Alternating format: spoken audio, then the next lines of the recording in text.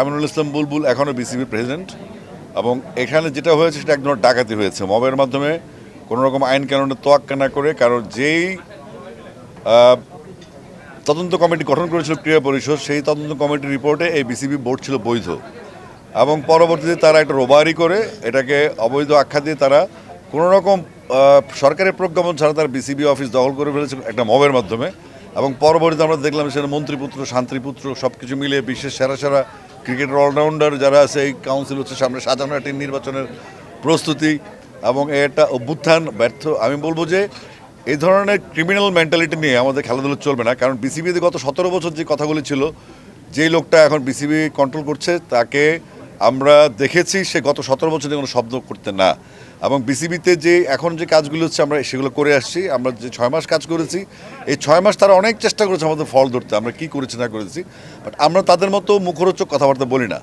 আমরা ক্রিকেটের beige strong করার জন্য কাজ করেছি এবং ক্রিকেটের বেইজটার জন্য আমরা যেভাবে একটা ইন্টারন্যাশনাল বোর্ড যেভাবে এগোতে চায় আমরা সেভাবে এগিয়েছি। আমরা তৃণমূল পর্যায়ে কাজ করেছি, অনেকগুলো জেলা ভিজিট করেছি, আমরা প্রাইম ব্যাংক স্কুল করেছি, যেগুলো আরও অনেক ইভেন্ট আমরা করেছি এবং চলছে। একসময় তারা বলতো যে বাংলাদেশে জিম্বাবুয়ে ছাড়া খেলবে না, কেউ খেলবে না, কিন্তু তাদের কথাগুলো মিথ্যা প্রমাণিত হয়েছে। এবং আমি বিশ্বাস করি যে এই বোর্ডটা যেটা হচ্ছে সেটা হচ্ছে অতীতের কর্মকাণ্ডগুলি তাদের যেই এই নাজমুল হাসান পাপনের সাথে সে দেখা করে আসছে ইংল্যান্ডে গিয়ে, এবং সে কয় তারিখ সে দেখা করে আসছে সেটা আমরা জানি।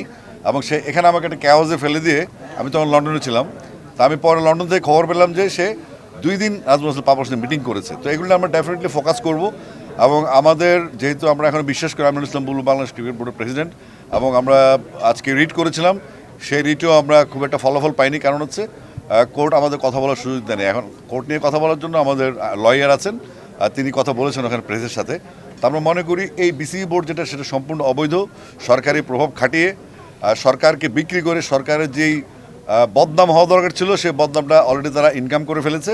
এবং আমি মনে করি যে এই সরকার যদি সঠিক পদক্ষেপ না নেয় এবং বিসিবি সংক্রান্ত আইসিসির যে নিয়মকানুনগুলি আছে সেই নিয়মকানুনগুলি যদি না মানে, তাহলে বাংলাদেশ কিন্তু একটা সমস্যায় পড়তে যাচ্ছে। অলরেডি আইসিসি তদন্তে আছে এবং আমরা বাংলাদেশের কোর্টের উপর ভরসা করেছি, এটা আমাদের নিয়ম, আমরা আমাদের আদালতে ভরসা করবো ডেফিনেটলি।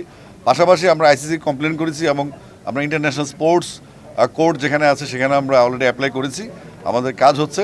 তা আমরা চাইবো যে বাংলাদেশ ক্রিকেট বোর্ডের এই 17 বছরের পাপ ধামাচাপা দেওয়ার জন্য এবার বসছে।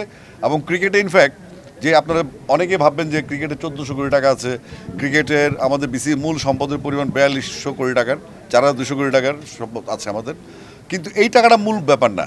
এই টাকাটার ক্ষেত্রে বিসিবিতে যেটা চলে সেটা ফিক্সিং, জুয়া চলে। এবং এই জুয়ার এই জুয়াটা আমরা আটকেছি 82%। এবং এই জুয়াটাকে তারা, আপনি যদি মনে করেন যে বিসিবির টাকা খরচ করছে, এটা জাস্ট আইওয়াশ।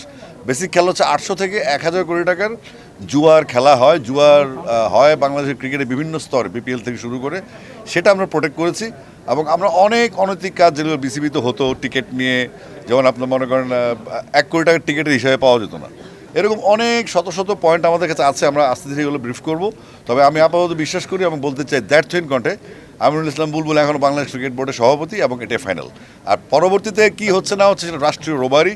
আমি রাষ্ট্রকে অনুরোধ করব জিনিসটা খুব সুন্দরভাবে দেখার জন্য। কারণ বিএনপি আমার একটা দল, যেটা জনগণের দল, জনমানুষের দল, এবং এটা মাগুরার মতো কোনো গল্প যেন না হয়, এখানে যেন কোনো রকম কেলেঙ্কারি না হয়। আমি মনে করব বিএনপির উচিত বাংলাদেশের প্রত্যেকটা ঘরে 1-2 হলে ক্রিকেট ফ্যান আছে, সেখানে স্বচ্ছতা নিশ্চিত করা এবং সরকারের ভাবমূর্তির জন্য তারা যথাযথ পদক্ষেপ নেবেন। আর আমরা তো আমাদের পদক্ষেপ নিচ্ছি।